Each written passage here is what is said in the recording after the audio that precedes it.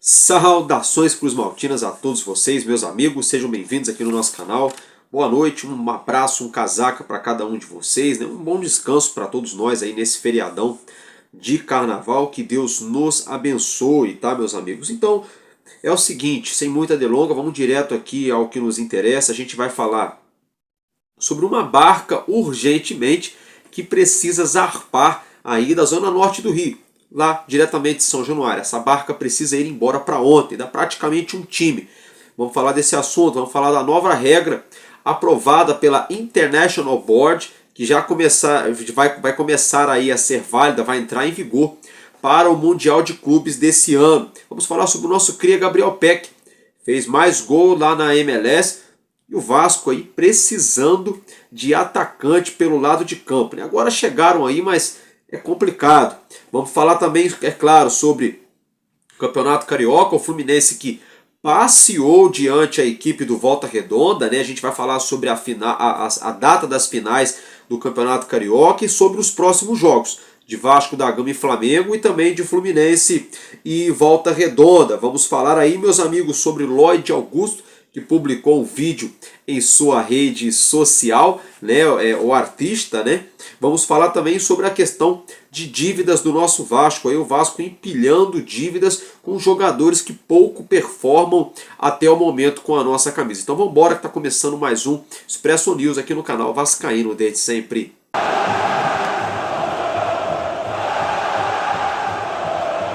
Bom, meus amigos, é isso aí, né? Então, logo de cara, dando início aqui ao nosso conteúdo, eu quero começar falando com vocês sobre a barca que precisa zarpar, precisa partir urgentemente para anteontem, né, do nosso Vasco, que é esse bando de jogadores aí que não entregam rigorosamente nada. Só jogam um futebolzinho bem mais ou menos contra times de pouquíssima expressão. Quando pegam um time ali de metade do sarrafo, um time mais ou menos, já é aquele Deus nos acuda. E quando pega o time de primeira prateleira, a gente vai empilhando aí derrotas no plural, né? Para começar então pelo treinador, pelo comandante. Para mim, Fábio Carille não deveria nem ter chego, mas já que chegou e está aqui, né? Eu já falei no início, vamos esperar, vamos apoiar, né?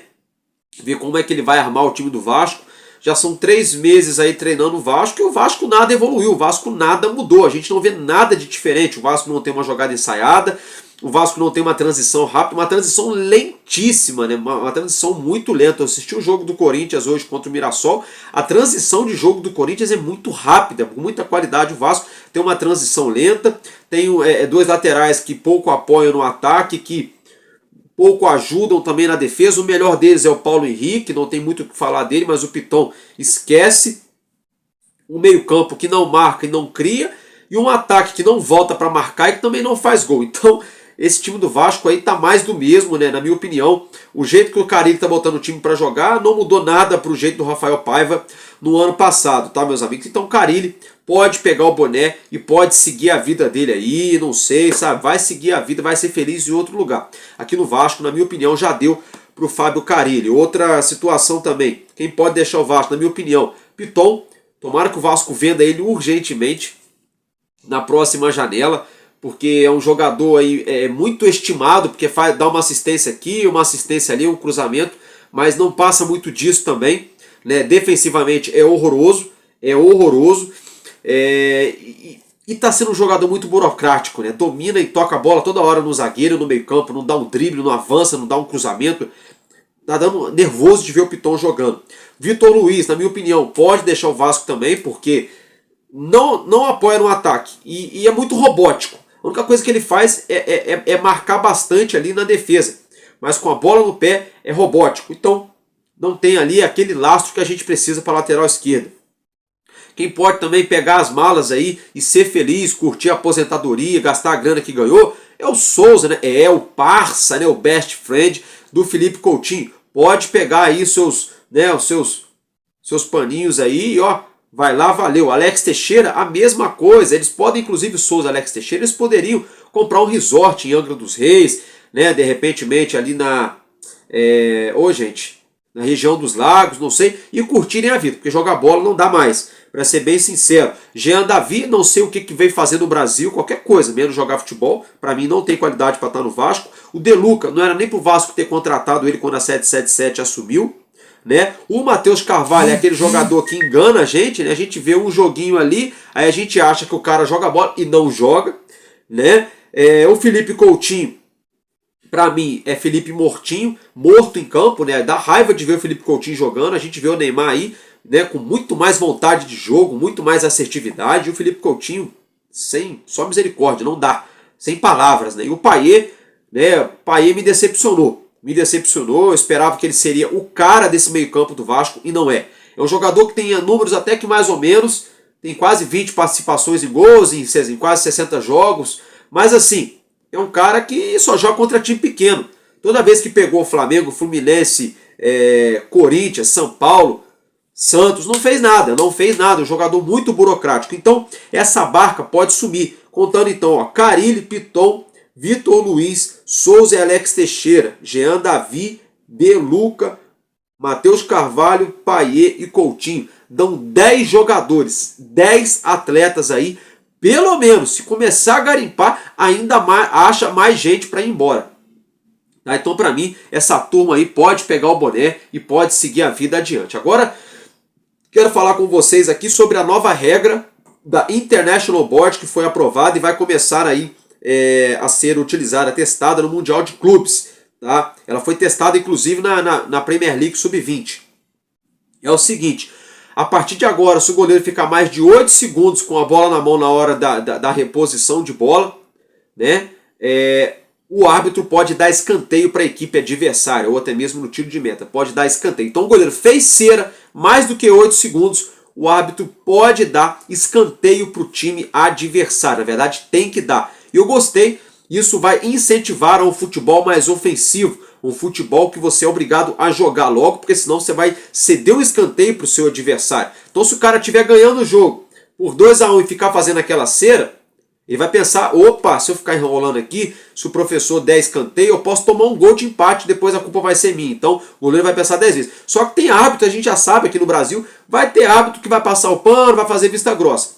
Agora, para o árbitro que for mais enérgico, o goleiro começou a fazer serinha, já dá um escanteio, opa, ele já vai saber que se continuar vai prejudicar a equipe dele. Eu gostei dessa regra aí aprovada pela International Board. Agora, se tratando de Gabriel Peck, ele fez um gol pela rodada da Major League Soccer com a camisa do Los Angeles Galaxy, né, já marcou aí na temporada 2025, né, uma bola sobrou para ele entrar ali dentro da área, quase na marca do pênalti, ele colocou para dentro do gol, né, e o Vasco aí nessa eterna luta, precisando de ponta direita e ponta esquerda. Vamos ver agora os nossos pontas que chegaram, o Lloyd Augusto, o Nuno Moreira e o Garré, né, qual será o desenrolar deles com a camisa do Vasco, se vão efetivamente preencher essa lacuna. Agora eu quero falar com vocês sobre o Campeonato Carioca. O Fluminense passeou, deitou e rolou em cima do Volta Redonda, enfiou 4-0 e ficou barato. Poderia ter sido 6 ou 7 facilmente. Eles enfiaram 8-0 no Águia de Marabá na Copa do Brasil no meio de semana. Então o Fluminense aí dando aula de fazer gol, né? Coisa que o Vasco precisa sentar e assistir os vídeos do Fluminense, como é que fazem gol, né? Então estão fazendo ponta direita, ponta esquerda, centroavante, meio atacante, estão fazendo gol de tudo quanto é jeito. Tudo bem, pegaram adversários ali mais fracos, mas por exemplo, o Volta Redonda, o Fluminense enfiou 4, como eu acabei de falar, poderia ter enfiado 6 ou 7. O Vasco empatou no último instante da partida no Ufa-Ufa, na Bacia das Almas, em 2-2 com o Volta Redonda. Quase perdeu o jogo para o mesmo Volta Redonda que tomou-lhe um sapé caiaiá do Fluminense, né, gente? É para vocês verem como é que o Vasco está muito abaixo dos nossos rivais aqui do Rio. Eu não gosto de falar, tem gente que não gosta que eu fale, que acha ruim, mas a gente tem que ser realista. Eu não vou ficar aqui ludibriando vocês, inventando um Vasco que não existe, sabe? É uma dura realidade, mas a verdade dói, mas ela tem que ser dita para que algo comece a mudar no Vasco. Se a gente começar a aceitar isso aí, é daí para pior.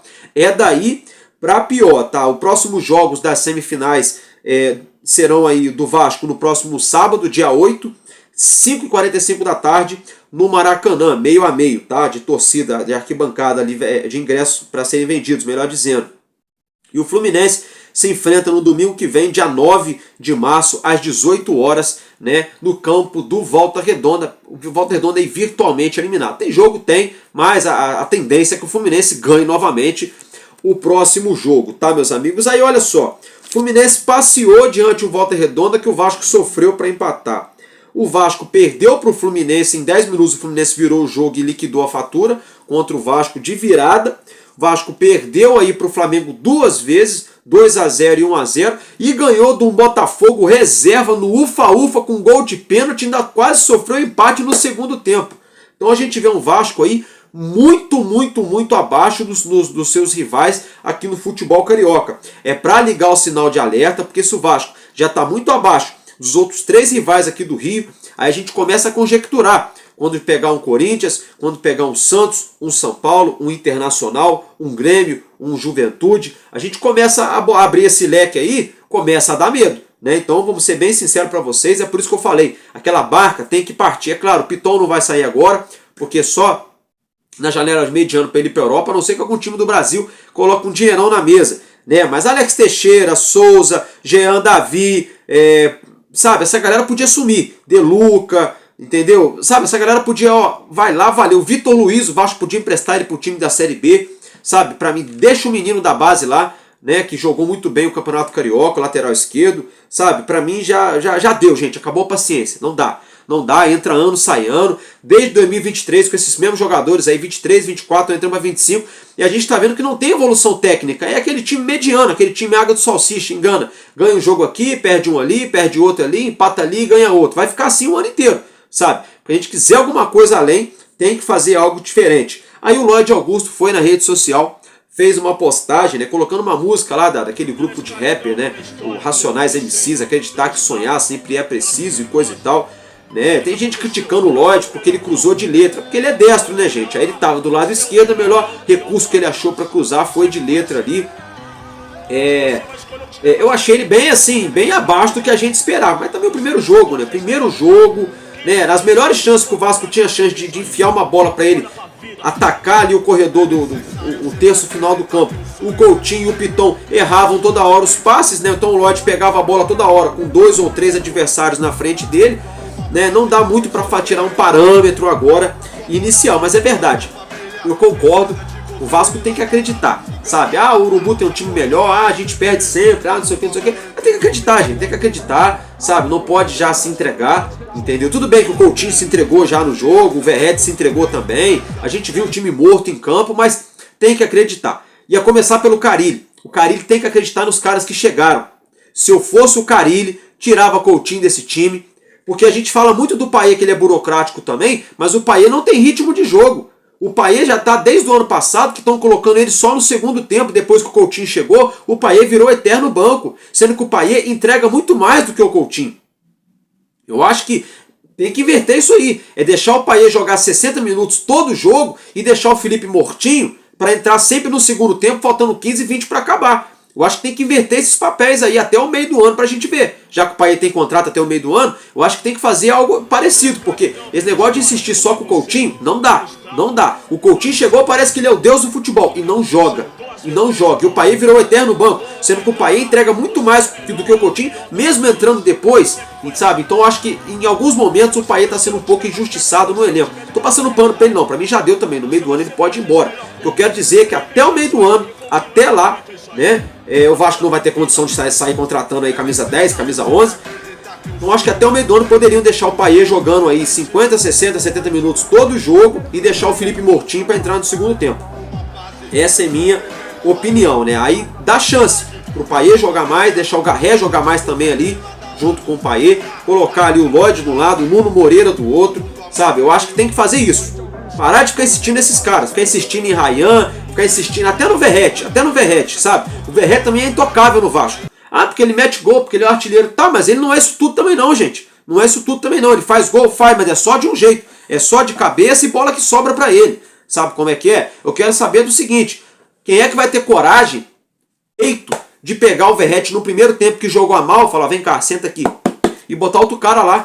Ah, mas vai colocar quem? Não sei, não interessa. Isso é problema do treinador. Joga num 4-4-2, tira o centroavante, joga com 2 atacantes livres, com mobilidade dentro da área. Chegaram 3 reforços pro ataque aí. Não é possível, sabe? Não é possível, sabe, gente? São coisas assim que eu já tô cansado de ver. Mas o Vasco tem que acreditar.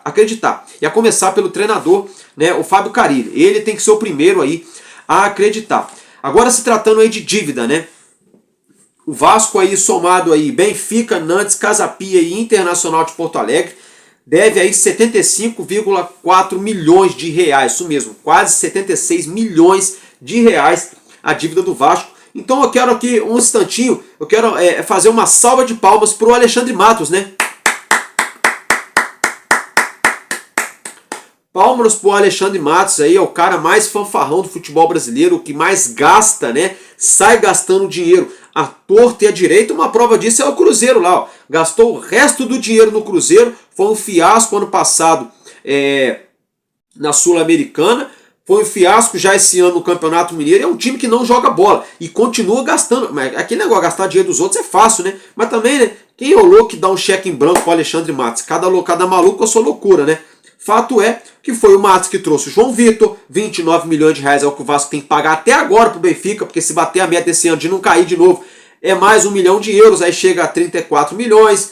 Tem que pagar aí o Adson pro Nantes, 25 milhões. O Adson até que é regular, mas já se lesionou também, vamos ver agora depois que voltar.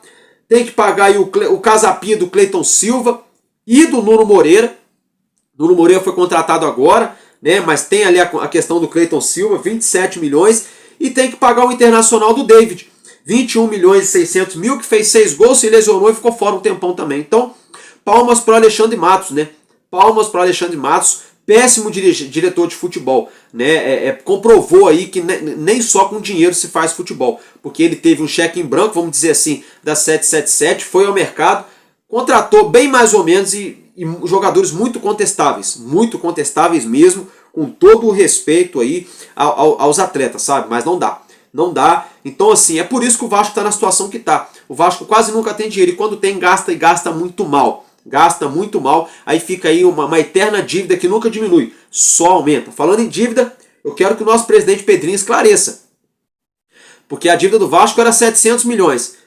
A Vasco SAF está alegando que a 777 aumentou a dívida do Vasco em mais 350, que vai para 1 bilhão e 50 milhões. Só que a diretoria, a gestão do Pedrinho, está alegando que a dívida do Vasco é 1 bilhão e 400. Então eu quero saber, quem é que fez esses outros 350 milhões em dívida? Foi a gestão do Pedrinho? Estou curioso, não estou acusando ele, não estou torcendo contra, eu sou Vasco. Eu quero saber quem é que fez esses outros 350 milhões de reais em dívidas aí de 2 anos para cá. Tá, meus amigos? Basicamente é isso que eu tinha para falar para você nessa noite de domingo, sem muita enrolação, sem muito mimimi. Amanhã, nessa segunda-feira, a gente se vê para falarmos mais do nosso Vascão. Tá bom, galera? Tamo junto, porque enquanto houver um coração infantil, nosso Vasco da Gama será imortal. Vascaíno desde sempre. Valeu e valeu, Vasco!